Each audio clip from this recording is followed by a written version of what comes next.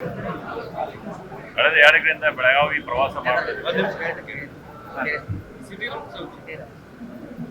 ಬೆಂಗಳೂರಿನಲ್ಲಿ ನಾನು ಬೆಂಗಳೂರು ಮಿನಿಸ್ಟರ್ ಆಗಿದ್ದಾಗ ಎಲ್ಲ ಶಾಸಕರನ್ನೆಲ್ಲ ಕರೆಸಿದ್ದೆ. ಬಿಜೆಪಿ, ಜನತಾದಳ, ಕಾಂಗ್ರೆಸ್ ಪಾರ್ಟಿ ಎಲ್ಲ ಶಾಸಕರನ್ನೆಲ್ಲ ಕರೆಸಿದ್ದೆ. ಕರೆಸಿ ಬೀದಿ ವ್ಯಾಪಾರಿಗಳ ಬಗ್ಗೆ ಚರ್ಚೆ ಮಾಡಿದ್ದು. ಎಲ್ಲರ ಅಭಿಪ್ರಾಯ ಒಗ್ಗಟ್ಟಿನಿಂದ ಬೀದಿ ವ್ಯಾಪಾರಿಗಳನ್ನೆಲ್ಲ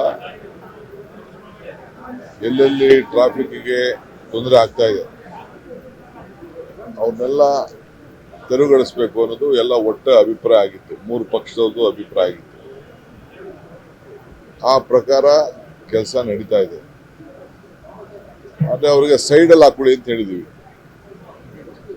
ಆಮೇಲೆ ಸುಮಾರು 60,000 ಜನ ನಾವೊಂದು ಸರ್ವೆ ಮಾಡಿಸಿದ್ದೆ. ಅವ್ರಿಗೆಲ್ಲ ಗುರುತಿನ ಚೀಟಿ ಕೊಡಬೇಕು ಅಂತೇಳಿ ಕೆಲವರೆಲ್ಲ ಸರ್ವೆ ಮಾಡಿಸಿಟ್ಟಿದ್ದೇವೆ.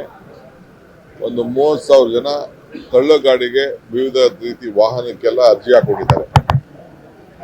ಅದು ಕೂಡ ಈಗ ಟೆಂಡರ್ ಕರೆದು ಅವ್ರಿಗೆಲ್ಲ ನಾವು ತ್ರಿಚಕ್ರ ವಾಹನಗಳನ್ನು ಕೊಡ್ಲಿಕ್ಕೆ ಆಲ್ರೆಡಿ ಎಲ್ಲ ವಾಹನಗಳನ್ನೆಲ್ಲ ತರಿಸೋದು ನೋಡಿದ್ದೇನೆ. ಸೊ ಅದು ಕೃಷ್ಣ ಬೈರೇಗೌಡರು ಮಾಡ್ತಾರೆ, ಹೇಳಿದ್ದೀನಿ ನಾನು. ಆದಷ್ಟು ಜಲ್ದಿ ಅವ್ರಿಗೆಲ್ಲ ವಾಹನ ಕೊಡಿದ್ದಾರೆ. ನಾವೇನು ನಿಗದಿ ಮಾಡ್ತೀವಿ ರೋಡ್ಗಳು ಅಲ್ಲಿ ಅವ್ರು ಇಟ್ಕೊಳ್ಳಿ. ಅವ್ರಿಗೇನು ನಾವೇನು ಯಾರಿಗೂ ಹೊಟ್ಟೆ ತೊಂದರೆ ಮಾಡಬೇಕು ಅಂತಿಲ್ಲ. ಬೀದಿ ವ್ಯಾಪಾರಿಗಳು ಇರಬೇಕು.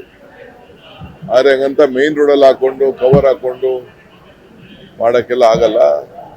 ಯಾಕೆಂದೆಲ್ಲ ಸುಪ್ರೀಂ ಕೋರ್ಟಲ್ಲಿ ಕ್ಲಿಯರ್ ಆಗಿ ನಮಗೆ ಡೈರೆಕ್ಷನ್ಸ್ ಇದೆ. ಸೊ ಕೋರ್ಟ್ ಪಾಲನೆನೂ ಮಾಡಬೇಕು, ಜನರ ಅಭಿಪ್ರಾಯನೂ ಕೇಳಬೇಕು.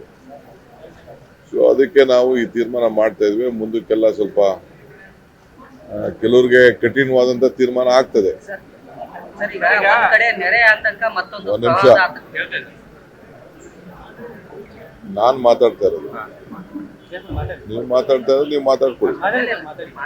ನಾನ್ ನಿಮ್ಗೆಲ್ಲ ಉತ್ತರ ಕೊಡಲ್ಲ. ನಾನು ಹೇಳಿದ್ದೆಲ್ಲ ಹೇಳಿದ ಮೇಲೆ ಆಮೇಲೆ ಮಿಕ್ಕಿದೆ.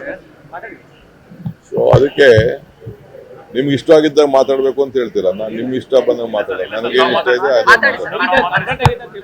ಅವೆಲ್ಲ ತಿಳ್ಕೊಳ್ಬೇಕು ನೀವೆಲ್ಲ. ನಾನೆಲ್ಲೂ ಮೀಡಿಯಾಗ ಅಡ್ರೆಸ್ಸೇ ಮಾಡ್ತಿಲ್ಲ. ಇಲ್ಲಿ ಏನೋ ನಿಮ್ ಗೌರವ ಕೊಟ್ಬಿಟ್ಟು ನಾನು ನಾಳೆ ಫ್ರೆಂಡ್ಸ್ ಅಂತ ಬಂದಿದ್ದೇನೆ. ಸೊ ಈ ಬೀದಿ ವ್ಯಾಪಾರದ್ದು ಈ ರೀತಿ ತೀರ್ಮಾನ ಮಾಡಿದ್ದೇವೆ. ಇವತ್ತು ನಾನು ಏನೇನು ನಮ್ಮ ಕೃಷ್ಣ ಬೈರೇಗೌಡರು ಕಾರ್ಯರೂಪ ಮಾಡಿದ್ದಾರೆ, ಇದು ಅವರೊಬ್ಬರ ಮೇಲೆ ಬಿಡುವಂತ ಪ್ರಶ್ನೆ ಅಲ್ಲ. ಇದು ಇಡೀ ಎಲ್ಲ ಶಾಸಕರು, ಬೆಂಗಳೂರು ಶಾಸಕರೆಲ್ಲ ಸೇರಿ ನಾವು ಪೊಲೀಸ್ ಅಧಿಕಾರಿಗಳ ಹತ್ರ ಕೂಡ ಚರ್ಚೆ ಮಾಡಿ ಈ ತೀರ್ಮಾನವನ್ನು ಕೈಗೊಂಡಿದ್ದೇವೆ. ಸೊ ಅವ್ರಿಗೆ ಆಲ್ಟರ್ನೇಟಿವ್ ಸ್ವಲ್ಪ ಸೈಡ್ ರೋಡ್ಗಳು, ಬೇರೆ ರೋಡ್ಗಳನ್ನ ಕೊಡ್ತೀವಿ.